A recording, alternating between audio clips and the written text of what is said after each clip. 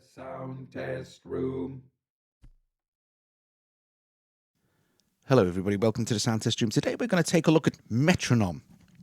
Metronome is a metronome. We all need metronomes. However, this does some very cool stuff that other metronomes don't do. So anyway, look, listen.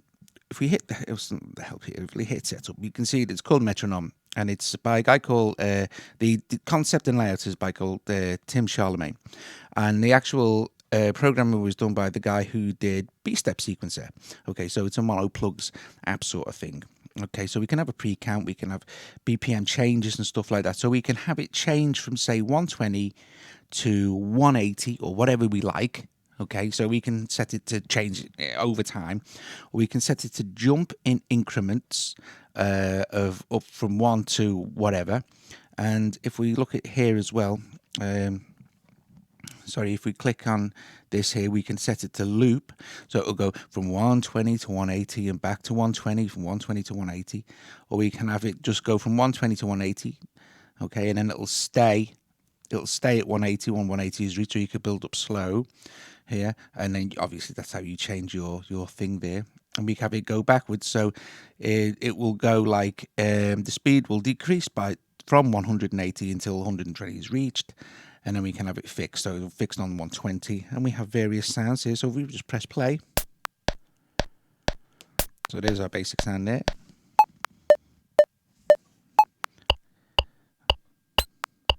There's another sound, and then we can set this to like play different ticks if you like. So we've got 2 ticks on first beat. We can have 2 ticks. See? Oh, it's maybe a different sound. Okay, now that's just 1. So if we wanted 3/4, for instance, and then we could set, let's do another 4/4, and then we can set our ticks, do triplets, look, and then you could get up some different time signatures going.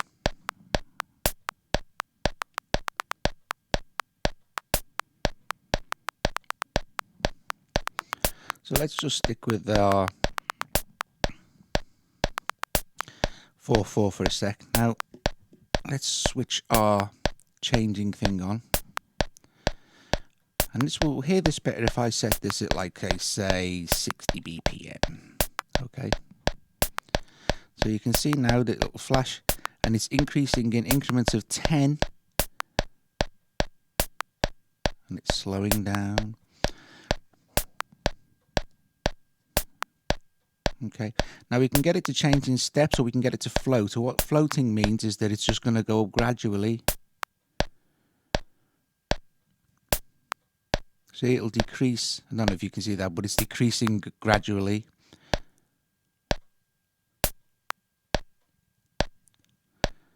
And eventually it'll reach 60, and then it'll start to pick it's picking itself back up now, see? Okay, so we can get this to do this in various ways as well. So we can have it change after every bar, every 2 bars, every 4 bars, every 8 bars, or every 16 bars. Okay. Now, you may think at this point, well, it's just basically a metronome. Well, it is a metronome. However, it also lets you do MIDI clock syncing as well, which means that we can do things like this. So we've got here, we don't need that. We've got here, we don't need that neither. We've got SeekBeats. Okay, so I love SeekBeats. SeekBeats is, but I'm going to do one of these tutorials on SeekBeats one day. I will. So let's just start the metronome off. Okay, so we know we're going to go from 60 to 180. And let's go to SeekBeats where I have the master turned down.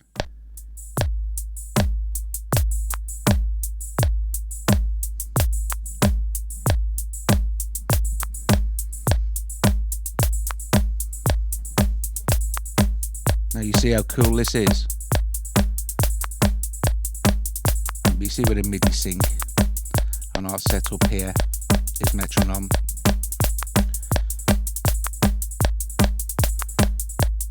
Now, that's very cool.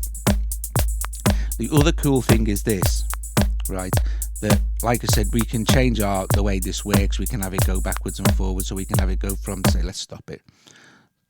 So we can have it go from 60. Let's change the increments to so let's go up in 20s. This will get quicker now. And once it reaches 180, it'll hang there. Okay, so this time it'll go from 180, and let's do it in increments of 30. Okay, so it's quicker. We're not waiting so long. So, a sec. So yeah, that's fine. So we're going to go from 180 to 160. Okay, so stop and as quick as you like. Look. Now, like I said, we don't have to. We can have this go. If we put this onto in steps, it will be a lot more. It will be a lot more. You know, you'll just jump from that. You'll just jump from that to that to that. It won't float, if you know what I mean. It'll just jump.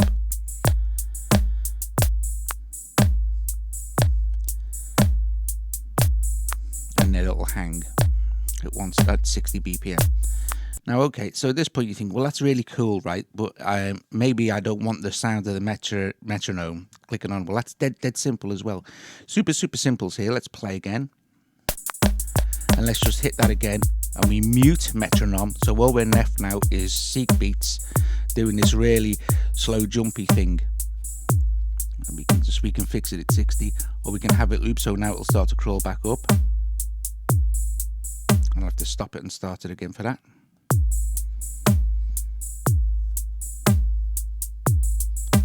It's jumping in 30s.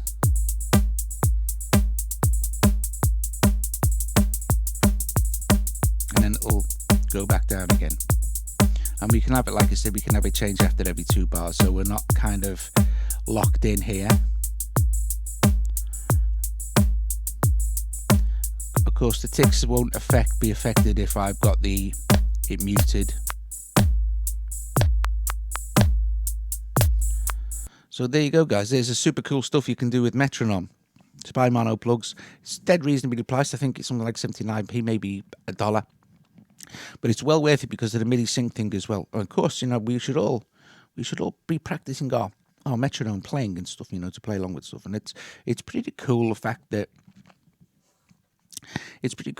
you can change speed, because that's always good for practice, and start at low speed, build your speed up. But I really love the MIDI clock sync. I think that's brilliant, and it allows people to say, like, do a track that maybe starts slow, dun dun dun dun dun dun, and get to a speed and hold it there.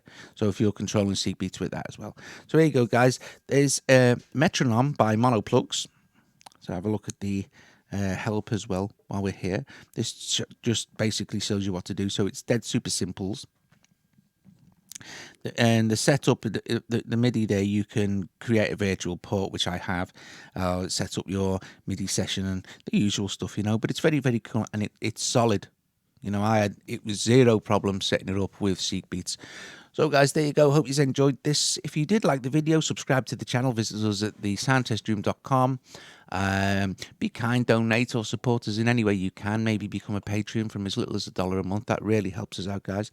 And if you see a link on our YouTube channel for the app or our website, please use it. We get a very small commission from Apple, not the developers, from Apple, and that helps us out as well. All right, guys, hope you enjoyed this, and I'll see you later.